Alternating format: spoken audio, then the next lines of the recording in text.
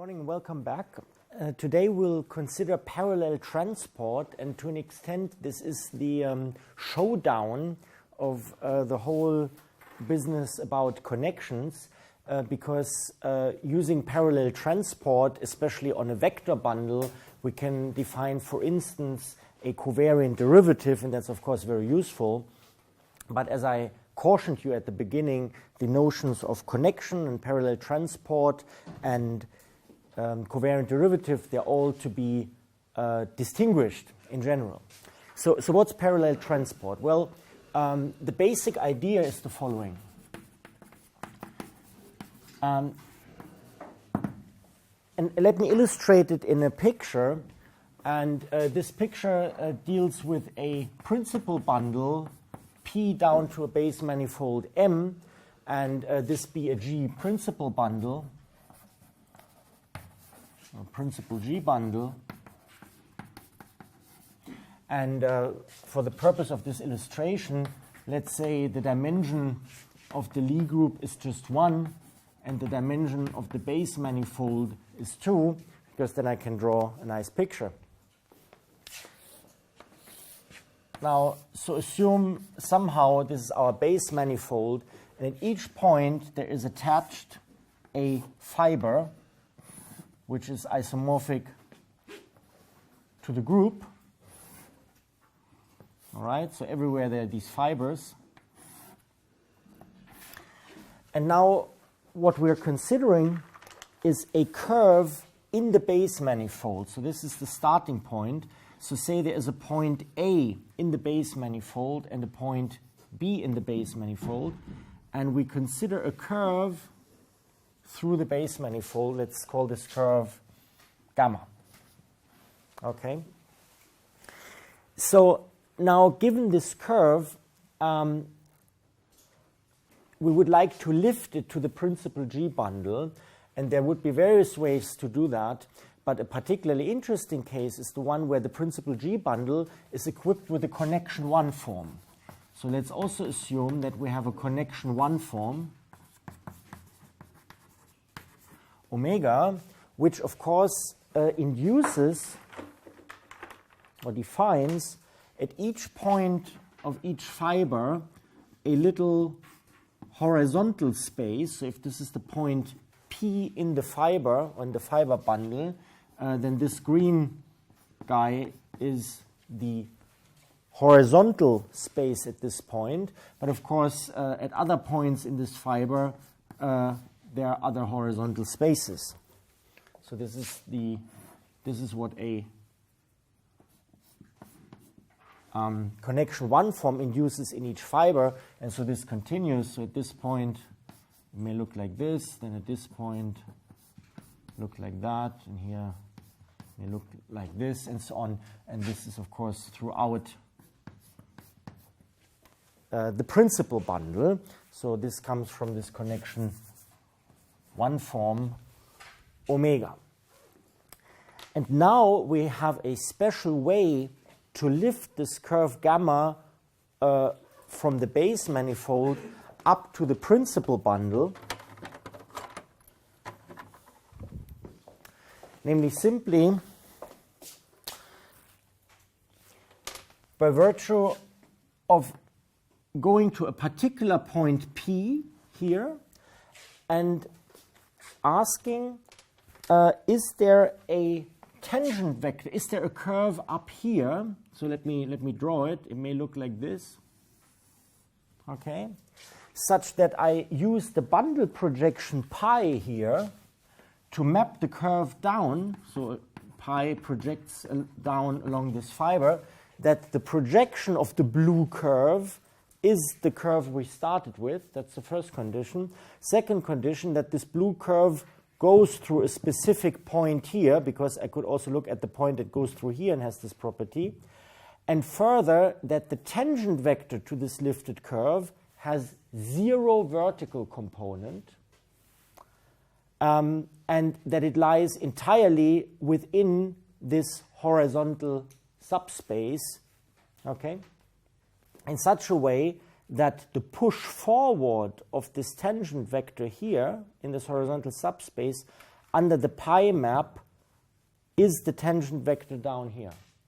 Okay, so these are 4 conditions that must be met, and then we have a unique lift of this curve down here to the blue curve up there. And in that case, and I will write this down formally, but that's the idea, in that case, this blue curve will be called the horizontal lift of gamma, and we denote this by a little arrow here. The idea will be that, of course, I can do this now for every point in a fiber, and this way, given a curve, I'll get an isomorphism between all the fibers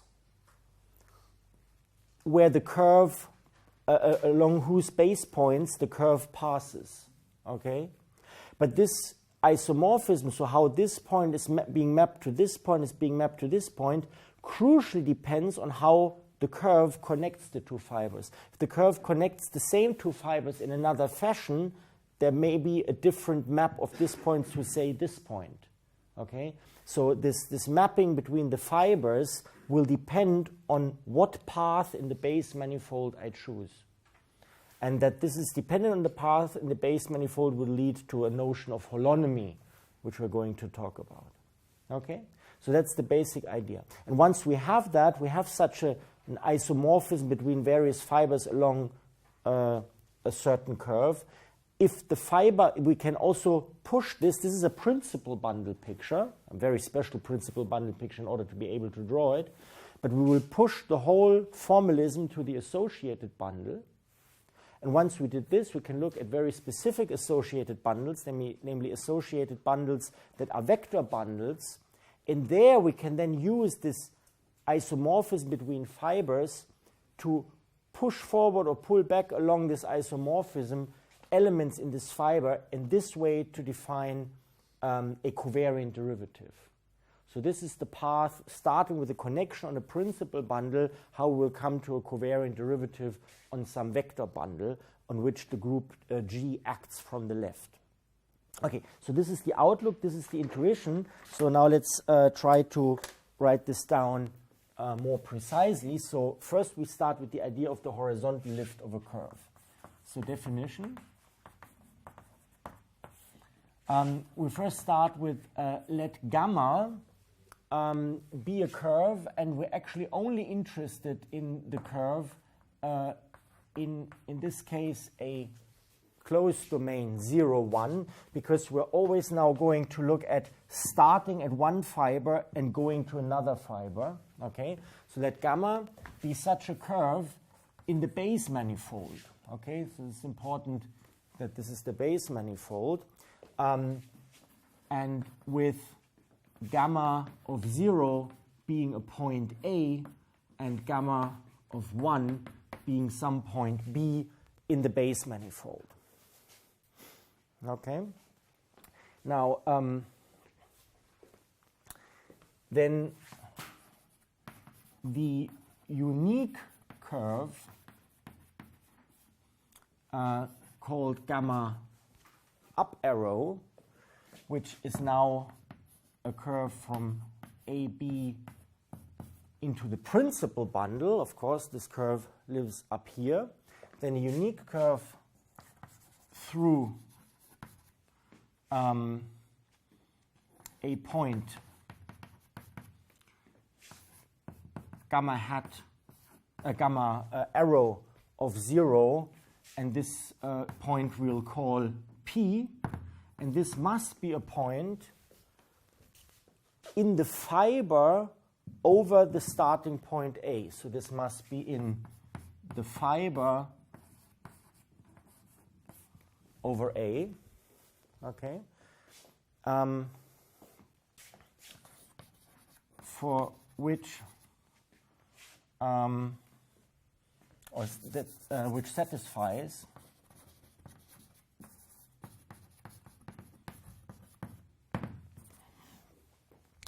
well, first of all, we need that the curve gamma up arrow, the horizontal lift it's going to be called, projects down to the curve we started from.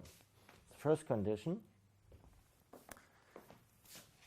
the second condition is that if we look at the vertical part of the tangent vector to the lifted curve, so what's the tangent vector to the lifted curve? We denoted this by x and then the name of the curve here at each point along the curve, so gamma hat of lambda, if lambda is the curve parameter. The vertical part vanishes everywhere, so for all lambda in AB. Okay, so there's no vertical part. And the third condition is that if you take this tangent vector and you push it forward along the projection map, so pi push forward of x gamma up arrow gamma hat of lambda, so everywhere along the curve, what you obtain is the tangent vector to the original curve in the base manifold, x gamma, gamma of lambda, everywhere along the parameter range. So this curve, which satisfies this, is called the horizontal lift. The horizontal lift of gamma through P.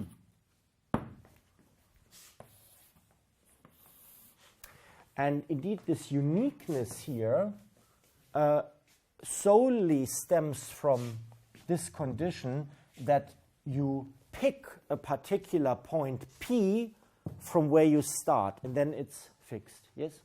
Then you get a problem with the parameter range? Inserting lambda in the curve gamma. Oh, I'm sorry. This is, of course, the parameter range is 0, 1, and the endpoints are A, B. I'm sorry. So we parameterize from 0 to 1 and starting from the points A and B. Okay? Thank you. So, of course, if we start at another point P here, or P prime here, then we get another curve that connects all these fibers, and which is a horizontal lift of gamma, but it's a different one because this is the one, maybe one should indicate this, this is the one through the point P, whereas this is the horizontal lift, gamma horizontal, through the point P prime at the starting point here. Okay? So there are various horizontal lifts of one curve, but once you fix one of the points it goes through, it's a unique curve. One can prove this, but it's actually quite obvious. So, okay. So now this is a definition that allows you to check once you have a horizontal lift of a curve that it is a horizontal lift. Now we need a strategy to actually calculate and to write down an explicit expression for such a horizontal lift of a curve. So our strategy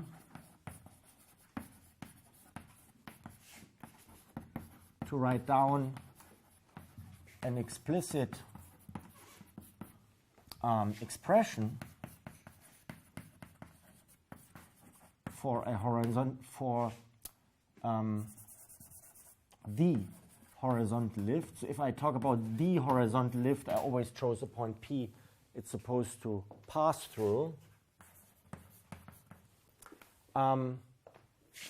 is to proceed in two steps.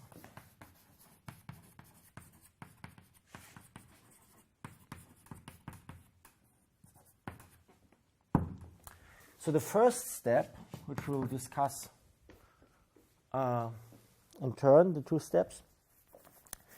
The first step is to generate the horizontal lift from some arbitrary curve in the principal bundle that projects down to the original curve. So generate the horizontal lift by starting from some arbitrary curve delta, which is supposed to be a curve also from 0 to 1 in the principal bundle that projects down to the original curve.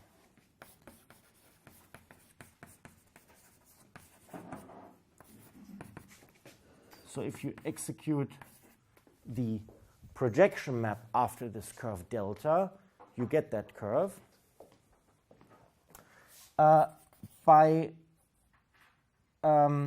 action of a suitable, and of course this needs to be said immediately what I mean by suitable, of a suitable curve G, and this is now again a curve from 0, 1, but with values in the Lie group of our principal bundle.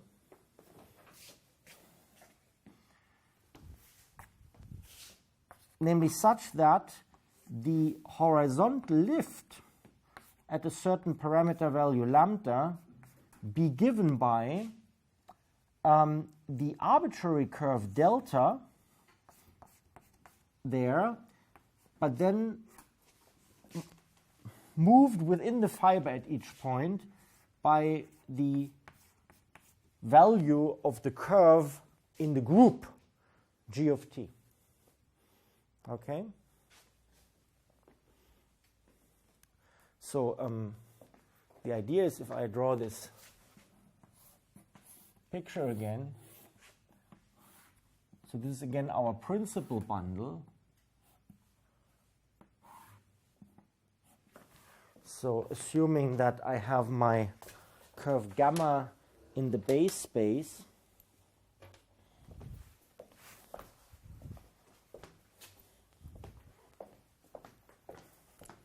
so this is the curve gamma I wish to lift. Okay, the curve gamma. And now the idea is take any curve, green curve delta, in the principal bundle as long as it projects down to the curve gamma, which is of course ensured if it runs through the same fibers. Okay, so this is the arbitrary curve delta. Well, not so arbitrary, it projects down to gamma, and whatever the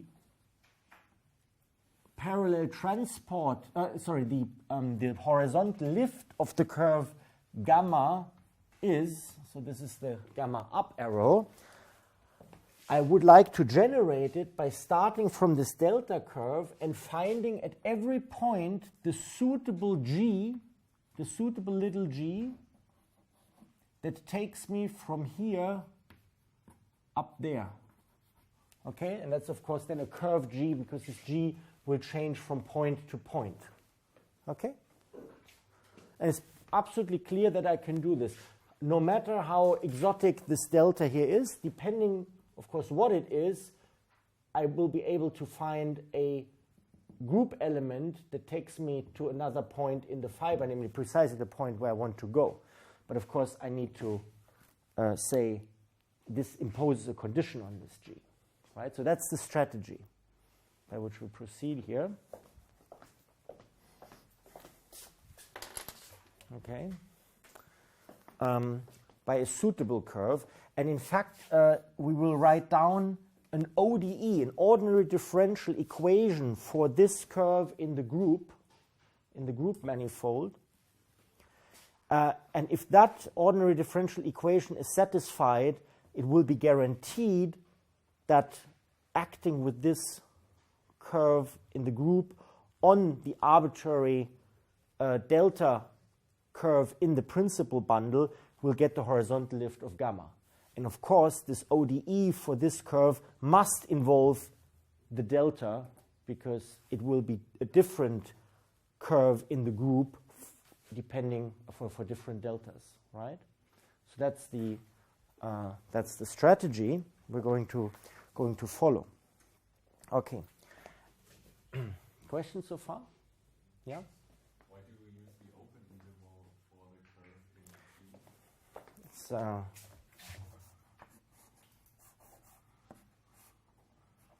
be seen topologically.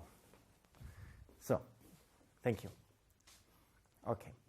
So that's the first step.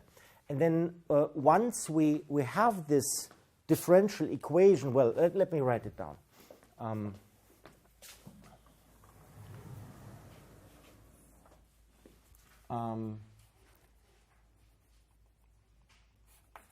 The suitable curve G from 0, 1 to G will be the solution to an ordinary differential equation with the initial condition that the curve at 0 in the group is an element G0, where G0 is the unique group element for which the delta at point 0, the value of the arbitrary curve in the principal bundle at 0, is taken to the point P in the principal bundle through which the lifted curve is supposed to pass. So if this is the point P, right? Okay. So there will be an ordinary differential equation, and the second step in the explicit construction of the horizontal lift will then be an explicit solution of the ODE. So we will explicitly solve the ODE for the curve G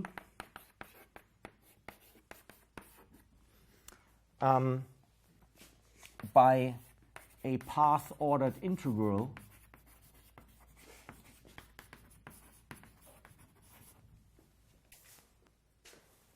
well, we will locally explicitly solve the ODE by a path-ordered integral over the local Young-Mills field.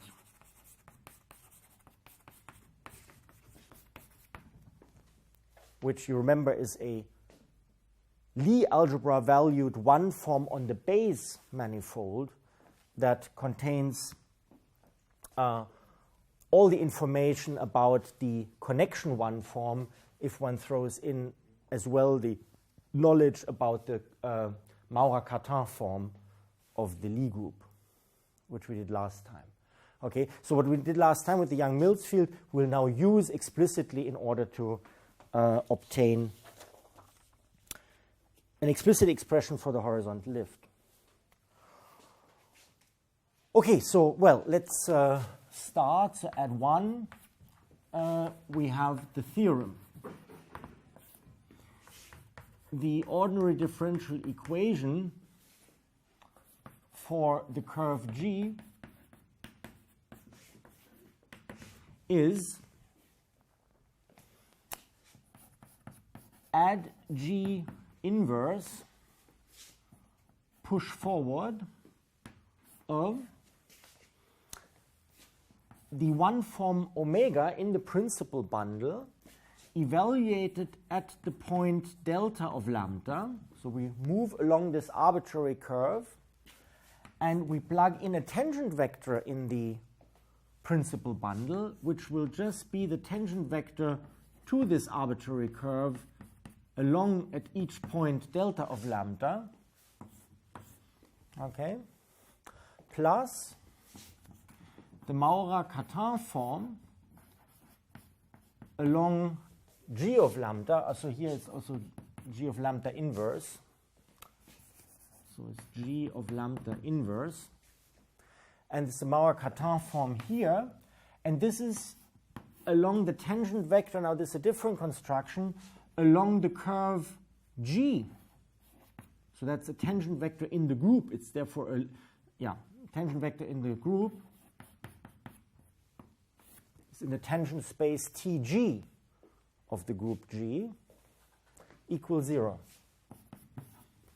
No? So this is the ODE to be solved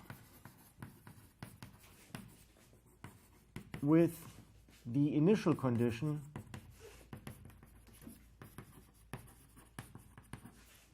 that G of 0 be precisely that G0 we identified here. Okay. And indeed, this is a first order ODE.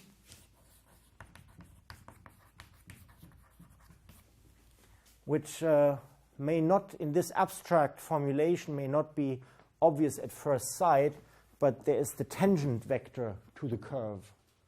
So this is the G dot, okay? And so this is a first order ODE which we need to solve. Now, however, this is a theorem and it needs to be proven, but this is actually not too difficult. And of course, the proof amounts to showing that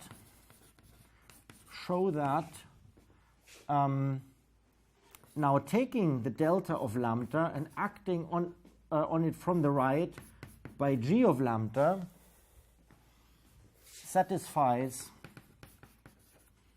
all properties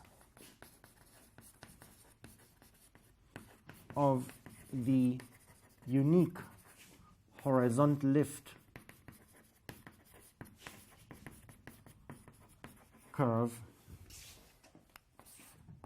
gamma hat of a curve gamma where the lifted curve is through the point P in M. And that's the point appearing here. Okay? And so this goes to the new problem sheet, which I'll send to you today.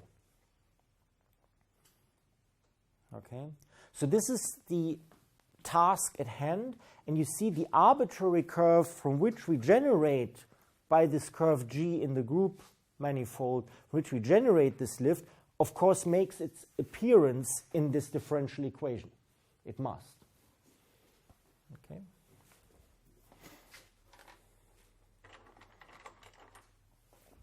So from this we have an immediate corollary, and there it pays off what we calculated last time. And this corollary is that if G is a matrix group,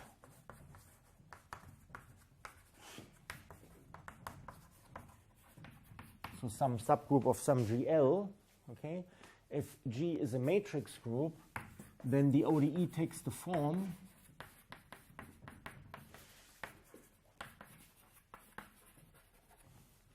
so we remember that the push forward here simply amounted to taking the matrix and multiplying it from the left to the one form field.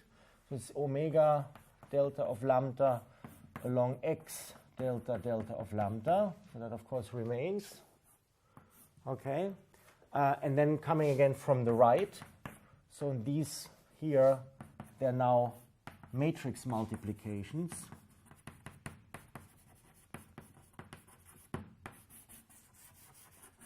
Okay. And but nevertheless, this is Lie algebra valued, this is group valued, but because we have a matrix group, the group elements can act by matrix multiplication on the Lie algebra elements. This is just, if you wish, a numerical coincidence here. But that makes it very simple. And here the Maurer-Cartan form we also calculated for this case, and we found that it's the inverse of the group element acting here, and it acts on, on the G dot of lambda, where the G dot is just the derivative of the matrix element. So there's another matrix multiplication here. The derivative of the matrix elements with respect to this lambda. So we wrote dg by dt or something, and that's this thing equals 0. And in this form, we of course see because we have a group, we could multiply from the left by g of lambda, and we get equivalently g dot of lambda equals minus g of lambda inverse acting on omega along delta of lambda to the tangent vector at each point here, and then again g of lambda. And that, of course, reassures us in this context that this really is a first order ODE for this curve in the group. Yeah? G of lambda to the minus 1 shouldn't be there. That is correct. Thank you. Thank you. Yeah, that's right. That's right. That's one. Okay. So, and in this form, it's obviously not too awe-inspiring. Now, however, this is still written in kind of this global way. In particular, we still have the globally defined connection 1 form here, which is very elegant, but for actual calculations, we need to look at a local trivialization in order to write down expressions we can further manipulate. On the construction that you gave 1, 2, and you first choose an arbitrary curve delta.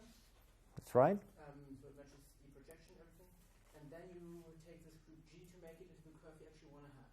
That's right. When we choose a curve arbitrarily, why don't we just choose the curve we want to have?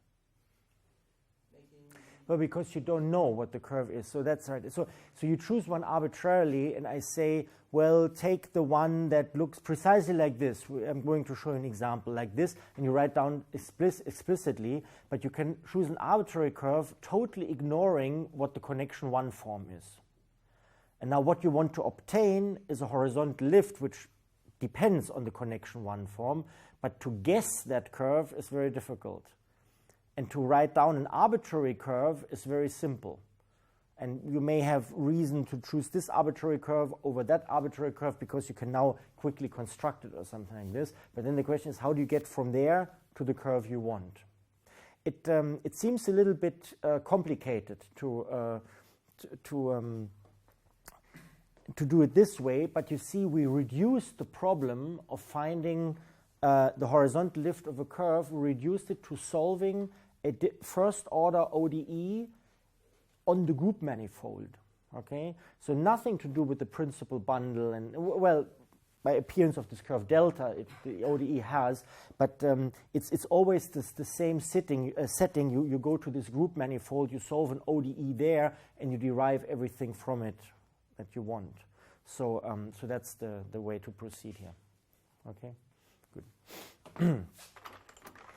Okay, so in order to calculate, whenever we calculate, we need to take numbers and to put down an object in terms of numbers, or to define in terms of numbers. And we do this by going to a local chart on the base manifold. So in order to further manipulate,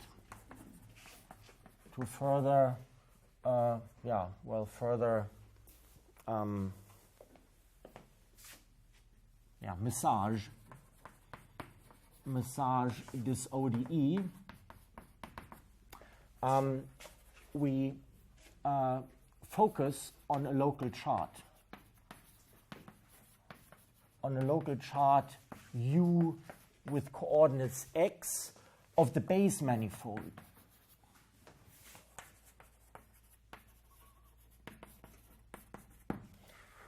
So now, in addition to this local chart, choosing of this local chart, in addition, we choose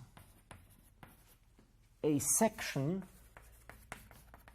sigma of the principal bundle. You recall that means that pi after sigma is the identity on M. Now, such a section induces two things. So this induces two kinds of objects. So the first thing we get from this, we get a curve delta, and now here you get your arbitrary curve in this context. You get a curve delta as sigma after the curve gamma in the base manifold. So remember, we want to calculate the horizontal lift of gamma. So gamma is given in the base manifold. Now we have a section sigma. So maybe I draw a picture again. So we have our curve gamma in the base manifold from one point A to another point B. We clearly move along a number of fibers on the way. And now I chose a curve, a section sigma here, which to every point in the base manifold attaches a point in the fiber over that specific point in the base manifold. That's a section. And you see by defining delta as sigma after gamma, I get one such curve delta. Now I don't remember what the color for delta was before, but now the color for delta is green. Okay, so this is a green curve. This is a largely arbitrary curve. Well, I generated it from the base curve by the choice of an arbitrary section. Okay, so you say it gets worse and worse. First you tell me choose an arbitrary curve. Now you produce this one by choosing an arbitrary section. But, well, you see the choice of an arbitrary curve here that projects down to gamma is equivalent to choosing a section, because with the section I can always go from gamma up there to the same fiber, which automatically ensures that projecting down the delta I get gamma again. And that was the only condition for our arbitrary curve here, that it projects down to gamma. So now we did it via a section. Okay. Now, what we also learn from this is that if we now, for the such defined curve delta, if we look at its tangent vectors,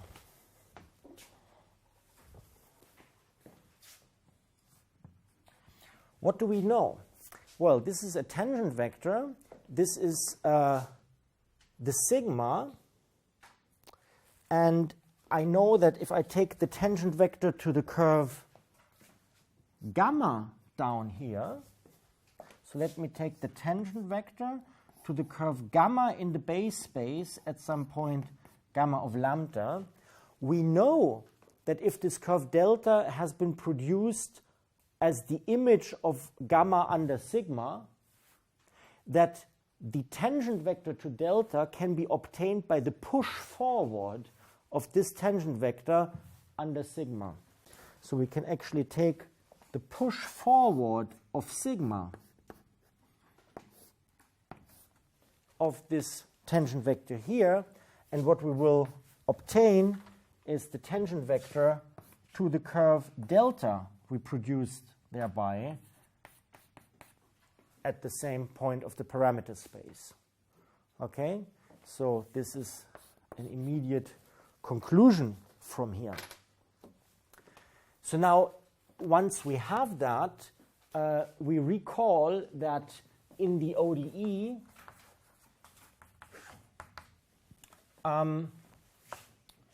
we have the expression omega along the arbitrary curve delta applied to the tangent vector to the arbitrary curve. You remember that was one of the expressions appearing in the ODE, but which in the situation we produced now, we can write this x here as the push forward under sigma of the, so this is omega so the delta is sigma after gamma, right, of lambda. And we can write this here as the push forward under sigma of what?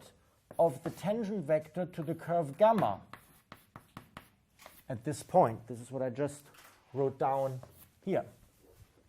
Agree? Aha. But what is the omega evaluate on this sigma star?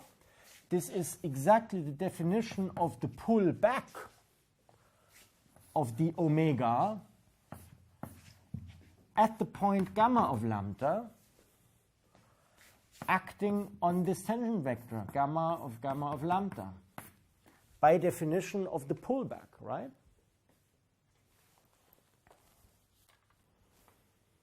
But this gentleman here, and this is the whole point of having generated, or one of the points of having generated the curve delta here by virtue of a section, we know what the pullback of the connection 1 form via a section is.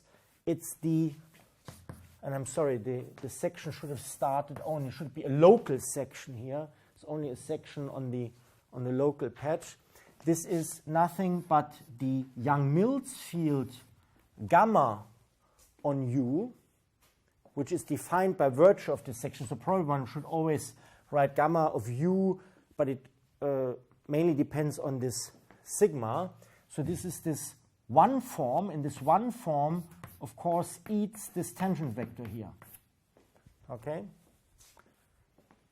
And the whole thing is Lie algebra valued. But if it's a one form, and this is acting on this tangent vector, and this is a tangent vector to the base manifold, I can, of course, use the coordinates I have just chosen. So I have here a mu, and here I have the gamma.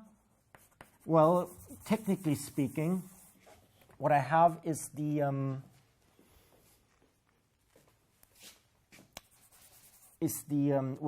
let me write. Yeah, it's the tangent vector to the curve gamma at the point gamma of lambda, but its muth component. So this action I can, of course, write in this form, right? The action of this one form on this vector, because it's really a tangent vector to the manifold. And of course, I should say here, this is at the point gamma of lambda. Okay? Good. So I said this induces two objects. Well, this is the second object I meant. So one this, and okay, second, we already used it. It induces this gamma u sigma as the pullback of the one form. Okay, that's the Young-Mills field, which we already used in there. Okay, so that's the virtue, or this is the benefit of localizing the whole thing here. So going to some u in the base space, considering the situation there, being able to choose a local section of the principal bundle. You know, the global section would mean the principal bundle is trivial, which in general is not the case, but a local section we can choose, and thereby we relate this arbitrary curve via this section to this curve. At the same time, by the same section, we relate the one form to the corresponding Young-Mills field. Okay, so by going local, we can express this in terms of a Young-Mills field. Okay, so this is this part, and then of course in the special case. So again, in the special case, special but important case of a matrix group,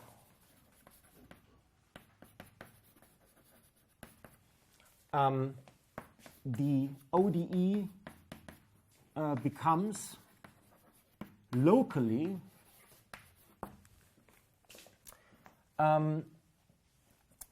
so what did we have? We had this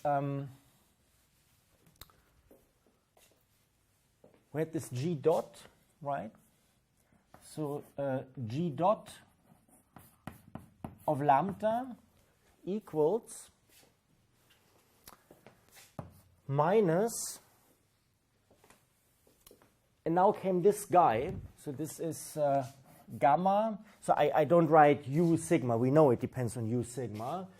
Gamma mu at the point gamma of lambda times the tangent vector to this curve. Well, this is a very complicated way to write this, we could also, in local components of the curve under the coordinate map, could say this is the derivative with respect to lambda, right? This is certainly true in the chart.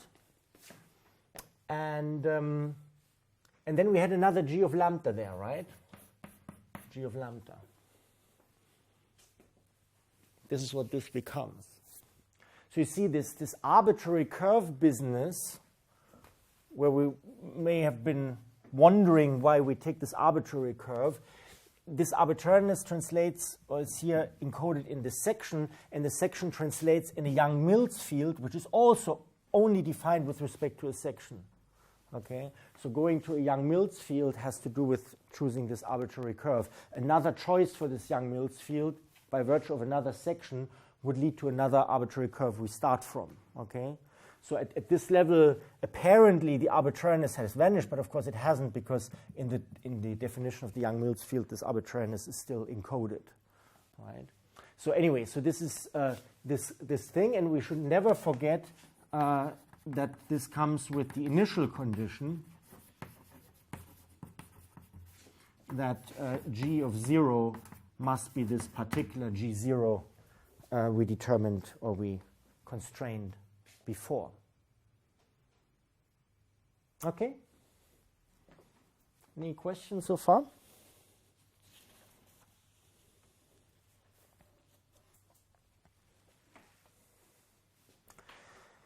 So now, once we have an ODE with an initial condition, the question is of how to solve it.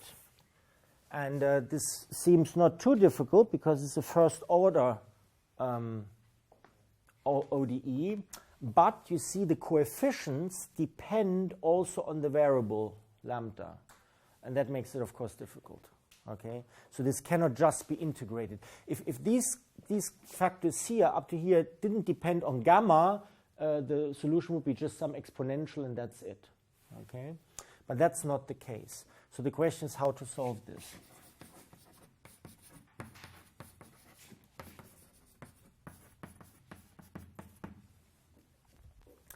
And well, a simple solution is we just integrate this up. But of course, that's not the final solution. So first step,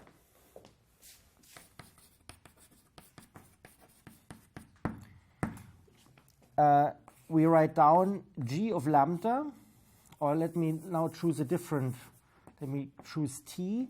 G of t equals, well, g of 0 is supposed to be g0, so let's start with this. And then I write minus, and then the integral, so I integrate both sides, and this is just the integration constant, minus d lambda gamma mu of gamma of lambda, gamma dot mu of lambda. Well, and here is the g of lambda. So this doesn't seem to have brought us far, because we integrated the whole thing over lambda, so that removed the dot here, integration constant here. We start here from 0 to t, so indeed if we plug in 0, we get the g0. So we integrate on both sides over from 0 to t d lambda. So no secret so far, but of course it doesn't solve the problem, because the g we want to calculate appears here as a function again. So this is still recursive. Okay. Now, before we continue, just keep in mind, I mean, it's obvious, but the whole thing is Lie algebra valued, in particular because this guy here is Lie algebra valued. And because we're in a matrix group, the Lie algebra are matrices of the same size. One could say it's matrix valued. Okay. Now, of course, I emphasize this because if we should have fantasies of commuting several guys of this at several points, of course not possible, because we don't know whether it commutes or not, for different lambdas. Anyway, so this is the first step. And well, now how does this proceed? Well, of course, we can continue like this. We can start here. No, we can now do the following. We have an expression for g of t. The g of t appears here again, so we can just insert on the right-hand side this expression again, because the expression is valid. Okay? So, okay, maybe better this way around. Okay. So, so strategy. Insert this expression into itself. So there's nothing indecent about that. So we get g of t equals g0 minus integral from 0 to t d lambda, well, let's call, yeah, d lambda, gamma mu of lambda, gamma dot mu of lambda, and now I need to insert it into itself. So what I get a factor g0, that's this. Then I get a minus, but there's already a minus, so I becomes a plus, and I repeat this part of the expression 0 dt d lambda, gamma mu of lambda is repeated, and now there comes another integral, which of course I can pull in front, integral d lambda, but I only plug in the g of lambda, so that only runs from 0 to lambda. Now I get here conflicts, so I call this lambda 1, I call this new one lambda 2. Then I keep the order, so I before had this gamma mu at the point lambda 1, and then I get a gamma dot mu at lambda 1, and then comes the gamma mu at gamma of lambda 2, gamma dot mu at lambda 2. Okay.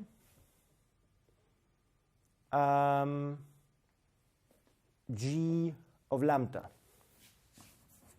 G of lambda 2, right? Yes.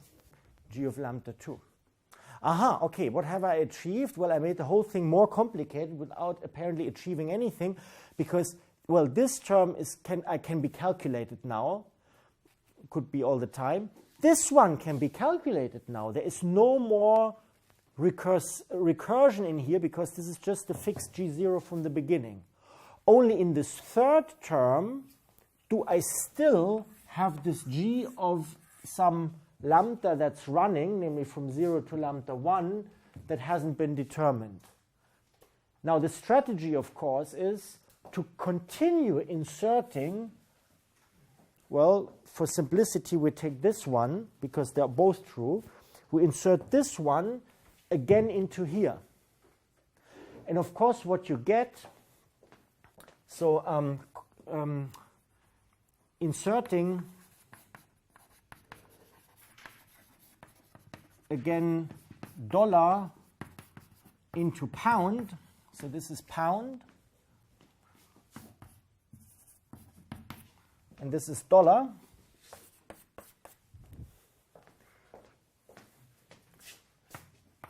And so on, we get, what do we get?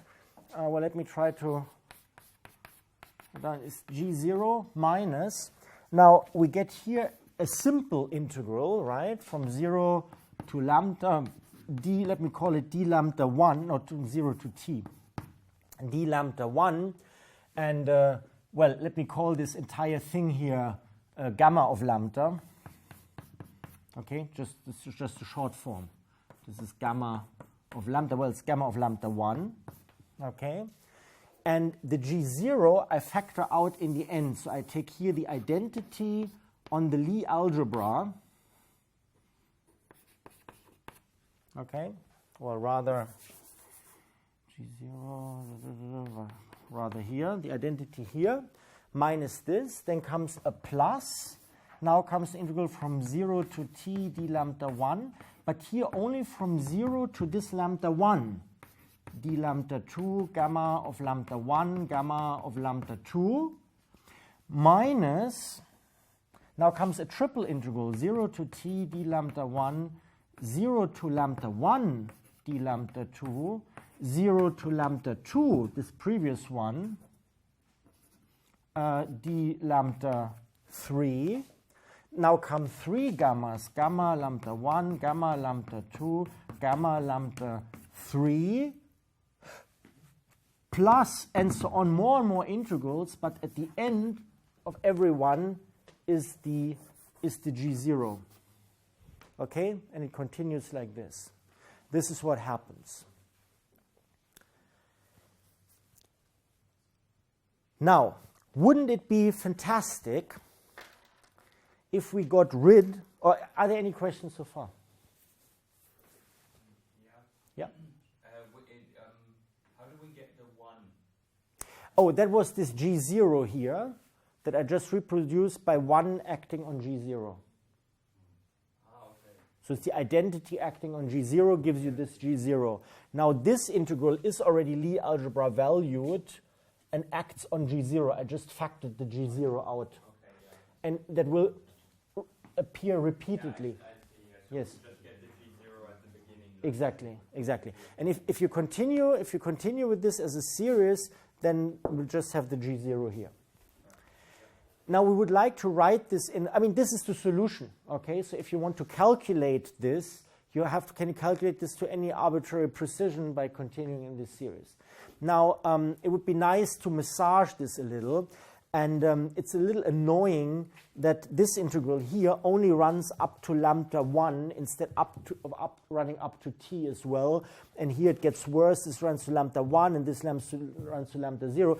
The first thing we would like to do would like to convert this expression such that every integral runs from 0 to t. And that's a well-known trick. So you see what you have. You have here these lambda 1 and lambda 2. So lambda 1. So I do it for this integral. The rest will then be clear. Lambda 1 and lambda 2. And so the lambda 1 runs from 0 up to some t, which is given for all the integrals as a fixed number. So the lambda 1 runs over this range. And the lambda 2, however, only runs from 0 up to the current value of lambda 1. That means the lambda 0 runs like, yeah, so the combined integral runs over this domain. You agree? That's the domain of the double integral. And so the idea is that you can actually also let it run over the entire domain if you put a factor 1/2 in front. And you can let this guy, so you do the same thing in 3 dimensions, you can let it run over the entire the domain 0t, 0t, 0t if you put a 1/3 factorial in front. 1/4 factorial, 1/5 factorial. And so with that, okay, but what you need to keep, but now that's now the thing, if these were simply numbers, this were true, then we could simply write exp of minus, because we need to produce this minus, integral from 0 to t d lambda gamma of lambda. And this would act, so this entire square bracket would be this exp. So introducing an unnecessary bracket, but it clarifies which terms. It would simply be this expression here. You have then powers of this integral repeatedly. But the problem is, if you do this in these powers, how are the powers of this integral to be ordered? Because it's not the case that this is just this one integral times the other, because that upsets this path ordering. So it's not precisely an exponential. It is a path-ordered exponential. Okay? So the square bracket is the path-ordered exponential. Now, if you ask backwards, what's the path-ordered exponential? Well, you define it in terms of this. Okay, so the whole business with this domain change and in finding these factors of the exponential, this is very pretty to explain the notation, but it's also pretty useless because it's not the exponential, it's the path-ordered exponential, because that would be wrong, because these guys don't commute. So my argument here is actually slightly wrong. It would only apply if these guys commuted. Otherwise, you have to write down the path-ordered exponential, and that's actually defined like this. So therefore, the colon is here. Okay, so if you meet this path-ordered exponential, if you want to make sense out of it, you need to write down this. And then, of course, you would be crazy to integrate from 0 to t, and you do it from here to here, and then you save yourself from the 1 over n factorial factors of the exponential because they went away. Yeah? How do you get the alternating sum? Yeah, from here. No. I mean, that's the idea. Minus, plus, so here it is. Minus, plus, minus. So, of course, just if you put the... Okay. Okay? Yeah? Does this converge in any way? Could you? Sure.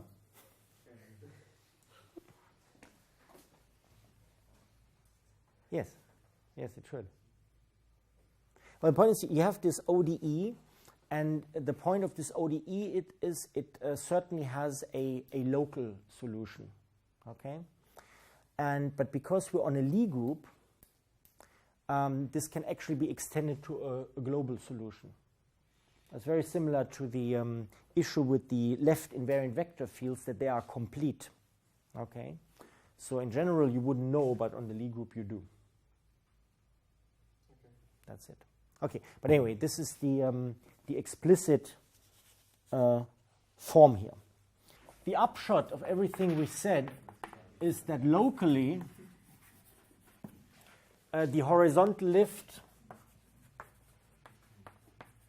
of a curve gamma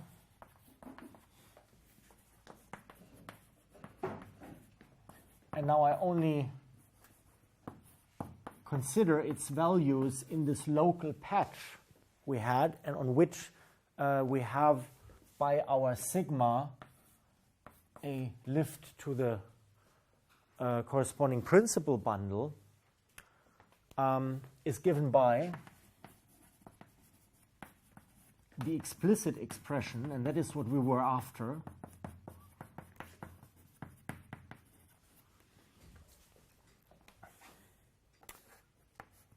Gamma hat, not hat, gamma up arrow, horizontal lift of gamma is, so we wanted to generate this from an arbitrary curve in the principal bundle, but we did this by actually lifting the curve gamma to the principal bundle by some section sigma, which we chose.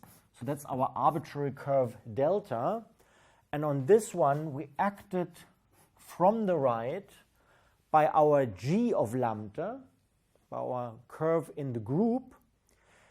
However, this we recognized to be given by the path-ordered exponential of minus integral 0 to t d. Okay, now I wrote t. Now I need to write lambda here, because I wrote lambda here. Okay, so now I exchange the roles. That won't confuse you. dt, and here we had the connection 1 form, gamma, along the curve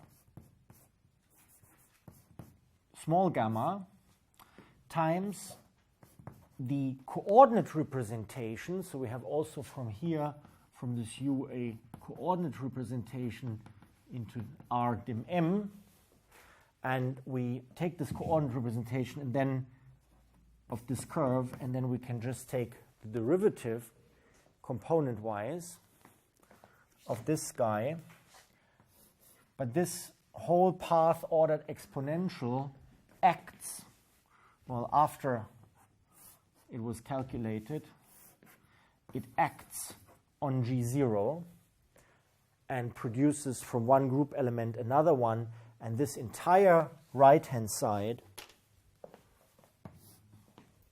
is the group element at the point, now I wrote lambda here again, this should be AT.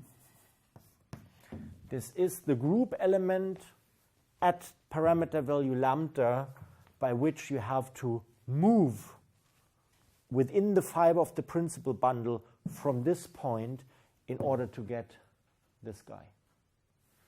Okay? So once again, the full picture is the manifold M.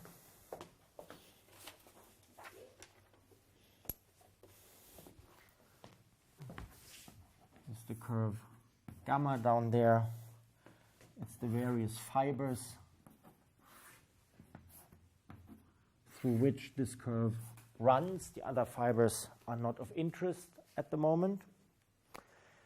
We had this section sigma, so this is this gamma here that appears here in several places. Okay, we had this section sigma that takes us from the base manifold 2 points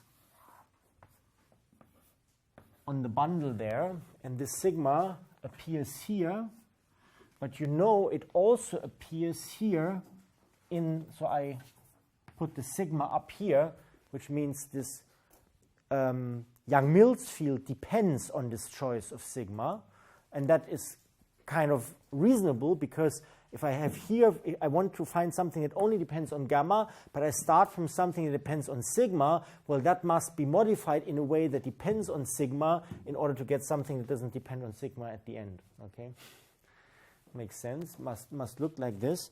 Then we get this arbitrary curve here. So maybe I show this one in blue. So this is the arbitrary curve sigma after gamma. Okay, and then I use this path-ordered exponential here, always acting on the same G0 anyway, that depends on the point lambda, and that is what brings me by action of this entire, well, it's actually rather the, so I should rather make everything here green, okay? So by action of everything in the round green brackets, I am moved along the fiber to another point in the fiber at each point, okay? Why not going back here, also possible, okay?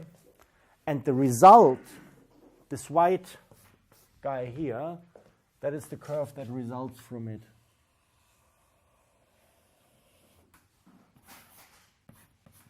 And that's the horizontal lift, okay? So this is how this works, and this is the guy you got to calculate. Okay.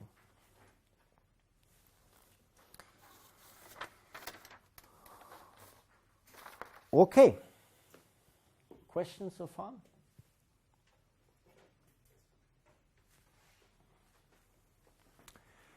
So then we have another definition of actually the central object we're going to use in parallel transport, in the definition of covariant derivatives, and so on. Again, let gamma be a curve from 0, 1 into the manifold, and let gamma up arrow from 0, 1 into the principal bundle be the horizontal lift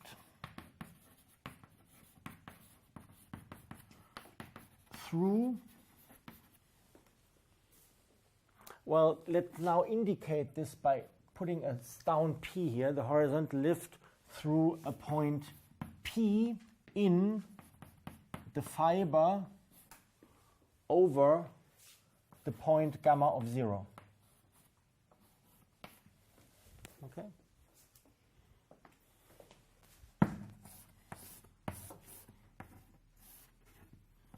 This is gamma of 0, this is gamma of 1. This is the fiber at this point. Then the parallel transport map.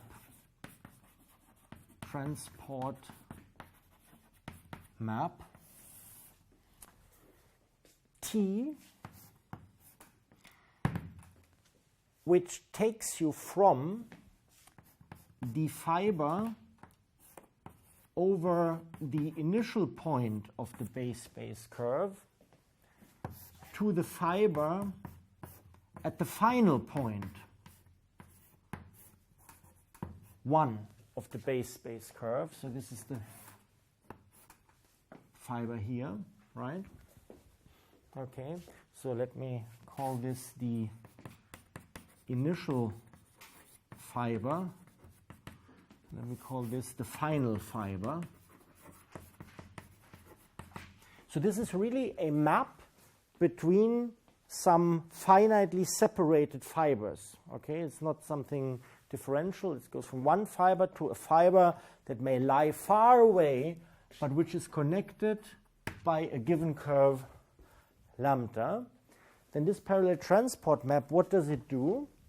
Well, sorry? If you're using the endpoint, shouldn't it be the closed interval? No. It's the lift through this point, and by the lift through the point, we always meant that you pick the point here, and then it's the unique horizontal lift that goes at the initial point through this P. No, I meant for the curve gamma. Well, it's open or closed interval. Oh, I'm sorry. This is I'm so used to writing the open intervals here, but here we really need the closed ones. Happy? Okay, good. Thank you. Sorry, I misunderstood the question. Okay, so now from this initial fiber, we may now take an arbitrary point.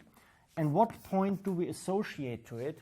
Well, we associate the point to it that corresponds to the horizontal lift of gamma, but there are several ones, unless I specify what the initial point is it goes through, it passes through.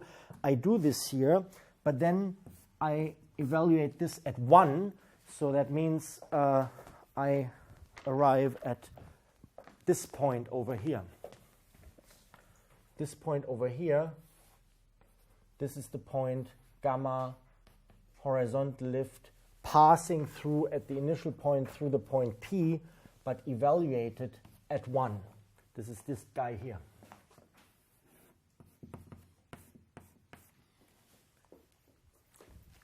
So the idea is extremely simple. Pick two fibers and connect them by some given curve, and then there is a map that maps this point P to that point here in the other fiber. And to which point this P is mapped, I emphasize again, crucially depends on by which path you connect the two fibers. There are obviously many ways you can connect two fibers by a path. You can run around here as often as you wish, and then you go here, will yield you another map T. So the map T takes you from here to here. That's this map T. So it should be it should be labeled by everything. It depends on, it depends on the entire curve gamma. That's the point. It depends on the entire curve gamma. Where it starts, where it ends, what path it takes, and so on. This is the parallel transport map. Goes from the fiber over the initial point to the fiber at the final point. That's the parallel transport map. Now, the question is, and that's the key property of this guy, it induces a bijection between these two fibers. a set theoretic bijection. If everything is continuous, it will be a homeomorphism. If everything is smooth, it will be a diffeo, and so on. But speaking only set theoretically, because you can always choose what additional structure you want, it induces a bijection. How do we see this? Why is this true? Well, observation.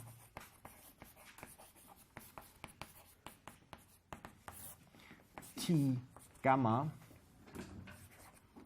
is a bijection between the initial fiber and the final fiber, and this is essentially due to, if you think about it, the fact that the push forward of a horizontal space at some point actually is the horizontal space at the point P acted upon from the right by G. That means within the fiber, this guy moves you within the fiber here. And if you then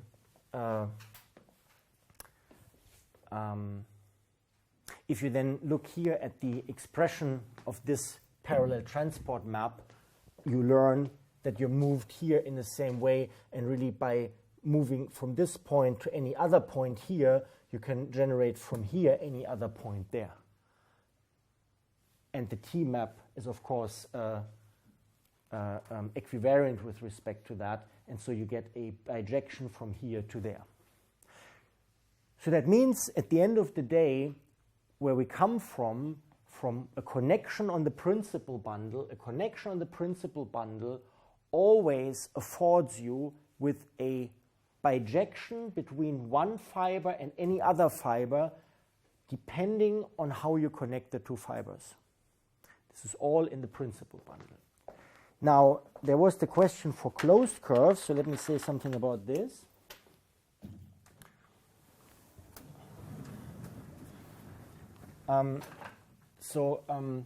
Considering the case of loops,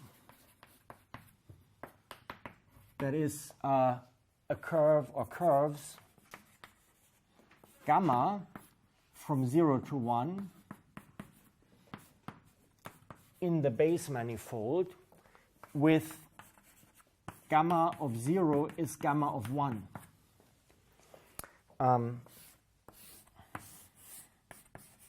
So you go to a certain point here, you have a fiber over here, and now you consider a loop down here, so you move away, but you decide to return. Okay? It's a loop in the base space, and it's a loop based at gamma of 0. Well, could call this little a in M. Okay, it's this point. And now, of course, you can again ask the question, if I start at a point P here, and I look at the horizontal lift of this curve gamma up here, where do I end up? And in general, one will end up at another point in the fiber. Obviously, one needs to return, but one ends up in another point. Okay? So start here and end there. And again, once you arrived here, you know that there is a unique little g in the group that acts on this P to produce this guy. Let's call it the G little gamma, because it depends on this curve gamma. And this point up here will be the starting point P, acted upon from the right by the little g, depending on that gamma. Right? Okay, you get here by the parallel transport map, and there's such a g. And this g sub gamma is very interesting, and we have then a definition. Let A be a point in the base manifold, and gamma a loop with base point A that is, gamma of 0 is gamma of 1 equals A.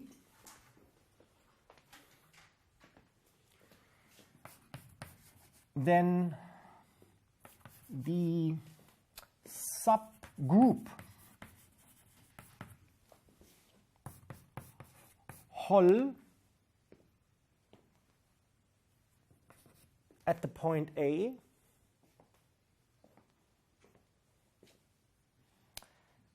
and that depends solely on the connection one form on the principal bundle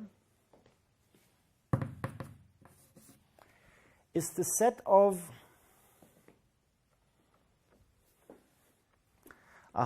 okay, so if I write it down locally,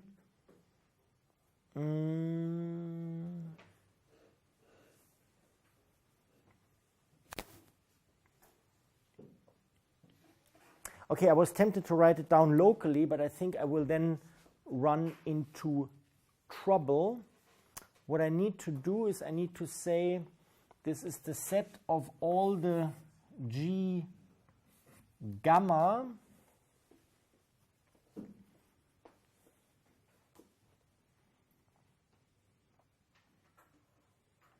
well, okay. Oh dear. So I need to express this guy over here. Okay, so before I finish this, I say I look at the parallel transport map for this guy, gamma, for this loop. And I know that that associates with a point, with any point P, the point horizontal lift through that point at 1. But I know because this is in the final fiber, and the final fiber coincides with the initial fiber, this is because we have a loop. Gamma is a loop. I know that this can be written as the original point I started from, and that there is a unique group element G sub gamma, I just call it like this, that produces this result from this P. This is the guy I wrote here. And I take all these G gammas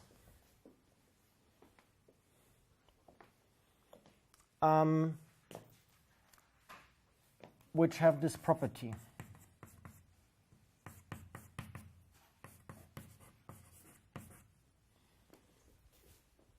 For all loops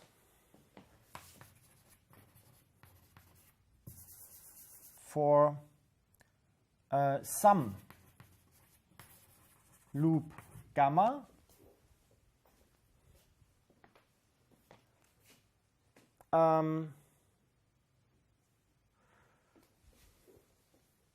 yeah, for some loop gamma, full stop.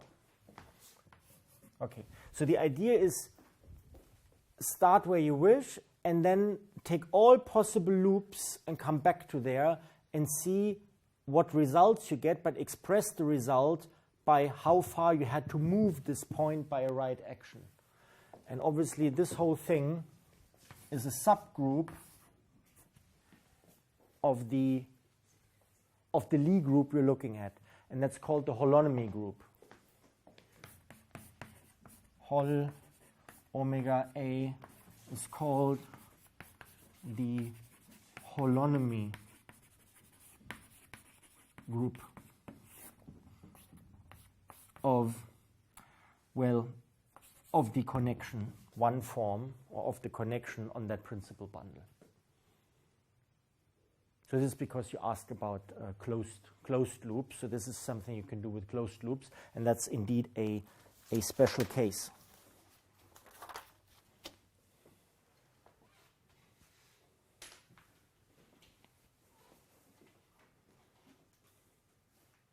Okay. And the holonomy also gives you information about the topology of the manifold. So all of this, all we did happened on the principal bundle, okay? So don't be fooled by these simplistic pictures with these one-dimensional fiber. That was just a special case of a one-dimensional Lie group that I chose in order to be able to draw pictures at all. But in general, the fibers are the entire Lie group, and if it's higher dimensional, it's higher dimensional. But then, of course, the same ideas and general definitions apply. So thankfully, transferring the whole business to the associated bundle just rests on one single definition, and that is particularly simple, and then everything can be transferred. So we have the definition. Let P pi M be a principal G bundle and omega a connection 1 form on P, on this principal bundle. And now let further P sub F be an associated fiber bundle on whose typical fiber F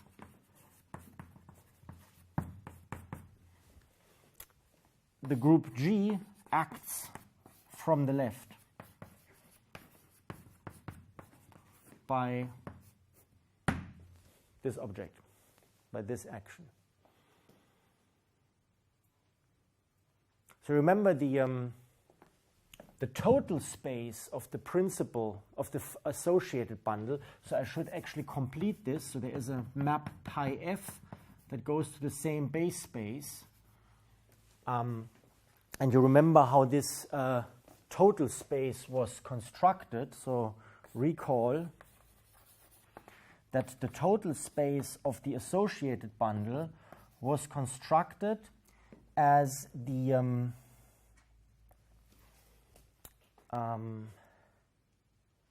on a second.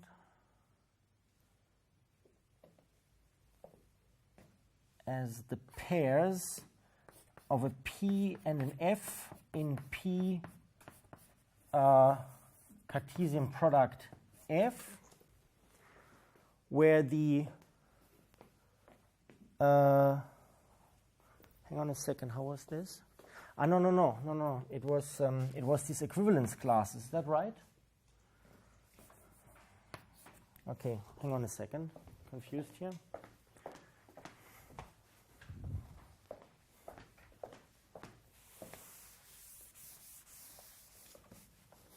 Right.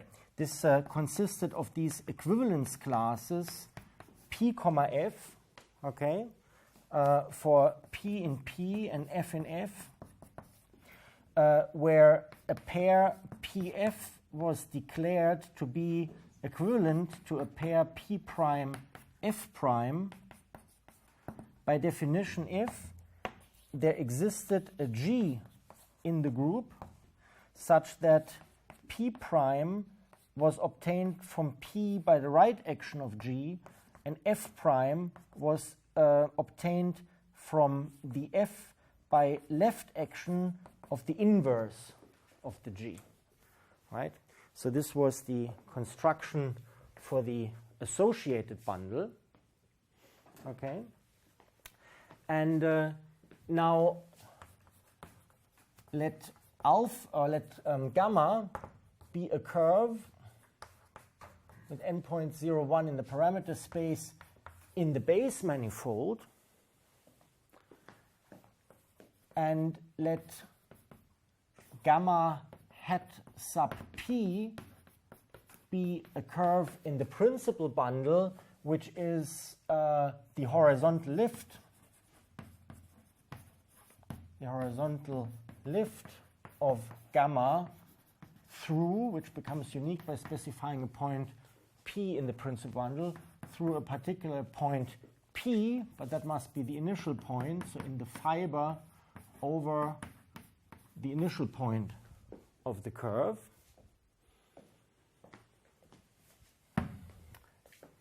Then, now the definition comes, so this was all preparation. Then the horizontal lift of gamma in the associated bundle, or to the associated bundle,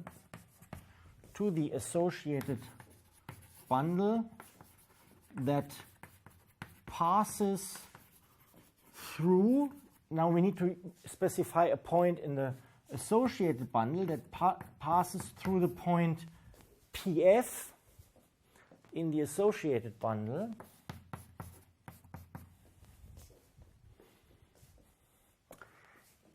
is the curve, so we need a new name for it, gamma up PF, gamma up to PF instead of up to P, is a curve from 0, 1 to PF, and it's defined by gamma up PF of lambda is simply the element of the curve in the associated bundle constructed from gamma up of lambda, comma the initial f. That's it. So this is the horizontal lift of gamma to the associate bundle that passes through this point. That's the whole name of this object. And simply generated like this. Okay? It may appear odd at first that this point F it passes initially through remains there, right, throughout the curve.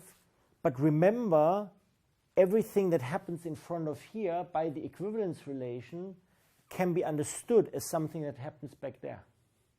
Okay, so this is the definition. Okay, and so yeah, this defines this horizontal lift. And another definition, which I'm not going to spell out because it's totally obvious, is well. Also spell it well. Anyway, the parallel transport map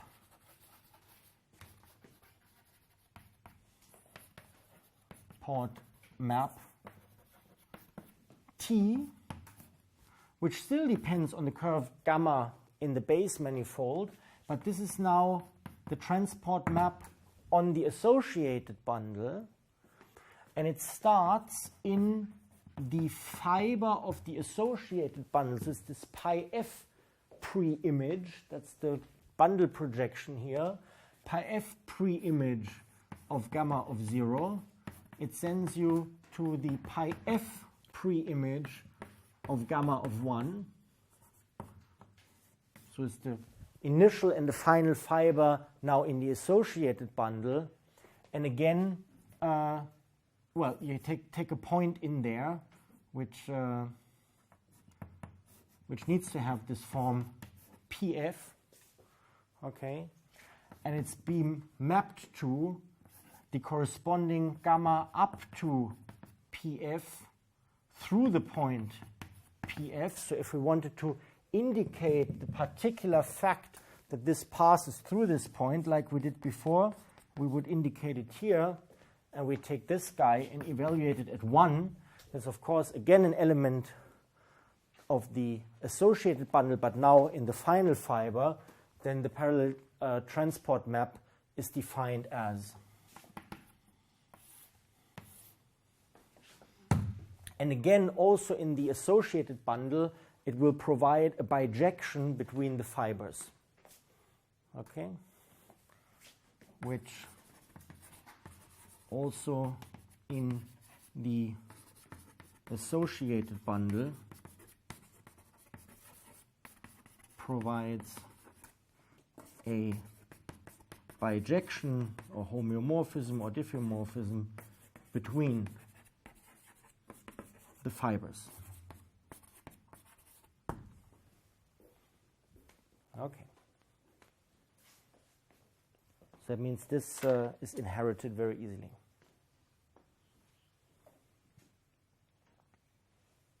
Okay? And so the final remark to this section is the following. If F is a vector space, that means it's equipped with an addition and an S multiplication. Okay, let's call it an R. It is an R vector space. And the action, the left action of G on F is linear.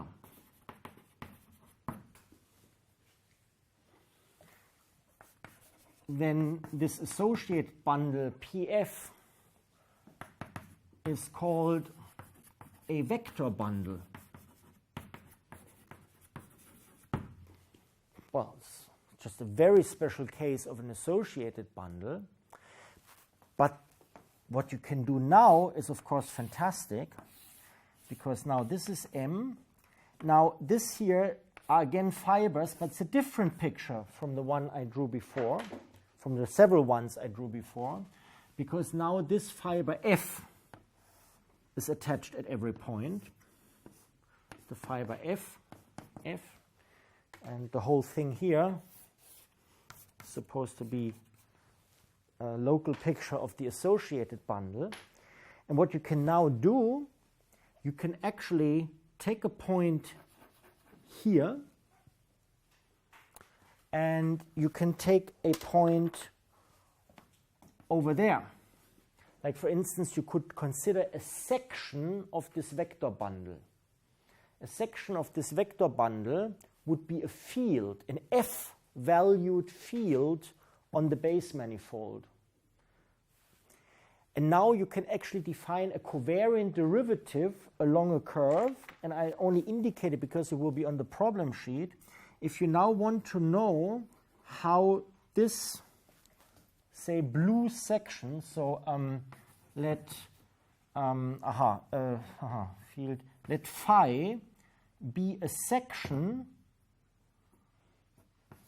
if you want a local section, on this vector bundle,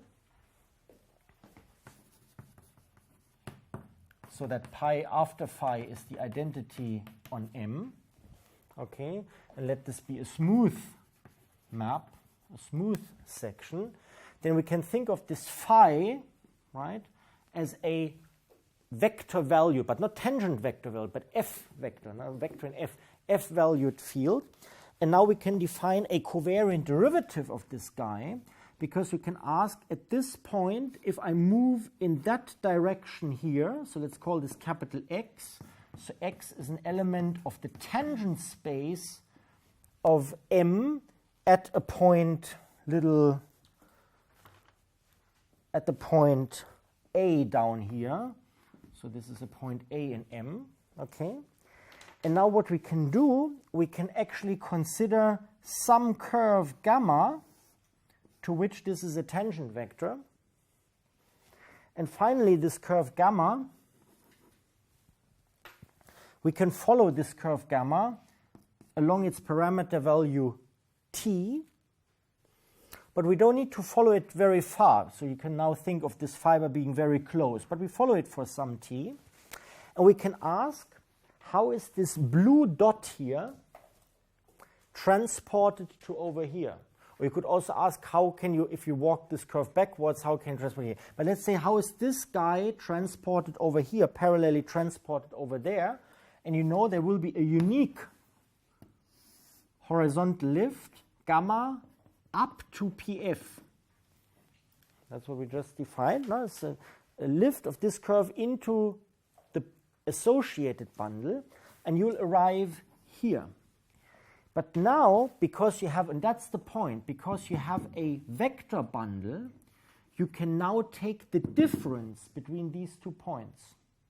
You can then calculate the difference between the value of, the value of the phi at this point here, at gamma of t, and the value, the parallelly transported value here, and that gives you a number. And if you divide that number by the parameter value t down here, you have a differential quotient. This way you define a derivative. But you see, in the differential quotient, there is a minus sign. And the minus sign, that comes from here. That's just the additive inverse of the vector space structure on the fiber. I put this on the problem sheet. And this is the idea behind constructing a covariant derivative. So what do we learn? A covariant derivative can first of all only be defined on a vector bundle. How? Well, if we consider this vector bundle as the associated bundle of some principal bundle that carries some connection. Because if the principal bundle carries some connection, it has a parallel transport. That parallel transport is inherited, or it has a horizontal lift of the curves. This horizontal lift of curves is inherited to the associated vector bundle, and there gives you the means to compare this value with this value by comparing it in the same fiber, because you can only compare in one and the same vector space. And a special case of this special case is that this is a vector space of the dimension of the manifold, and you obtain by, in the way I showed it before, you obtain the tangent space this way. You understand the tangent space of the the tangent bundle of the manifold as an associated vector bundle. And then, of course, the whole thing applies in the special case of this special case. And then you can inherit from the connection one form on your principal bundle a covariant derivative on the tangent bundle of the manifold, which very often is just called an affine covariant derivative. Right? This is the guy you use in, for instance, general relativity. But in quantum mechanics, for instance, you might take as this fiber, you might take the complex numbers. And then these complex numbers, they're a vector space, of course, trivially, a complex vector space in that case. And then a wave function can be taken to be a section of this C line bundle, which is just an associated vector bundle here. But if you know how to act on this guy, how this is associated to some appropriate, and we'll talk about this, principal bundle, you can have a covariant derivative here. And in fact, that is actually what you want in order to be independent of Cartesian coordinates. You need to understand the wave function as a section of the C line bundle over the base manifold that's associated to an appropriate principal bundle with a connection. Okay, so this is where all these guys, all this runs together, and of course, if you have non-Abelian gauge theory, then you're still on the principal bundle, because then you have your gauge group, and then the Young-Mills field immediately is your non-Abelian gauge field, right? It's the A mu. So our gamma sub mu is then the A mu of non-Abelian gauge theory. Okay. So Young-Mills theory happens there on the principal bundle, but say what you need as covariant derivatives in general relativity or in quantum mechanics, this happens on associated bundles. Okay, so this is not exactly the same, but it belongs it's very tightly connected. Okay, so this will also be on the problem sheet so that you get some practice in dealing with this. And next time I will finish the purely mathematical part. We'll talk about curvature. It's the curvature of a connection. And I'll also talk about torsion. But whereas curvature is defined for any connection on a principal bundle, torsion is only defined on associated bundles that have where there is an additional structure, a so-called soldering form. So a torsion is not as general a notion as curvature is. Nevertheless, we'll discuss this, and we'll come to the Cartan structural equation, and that then completes the mathematical part, and then we'll continue with some physics applications.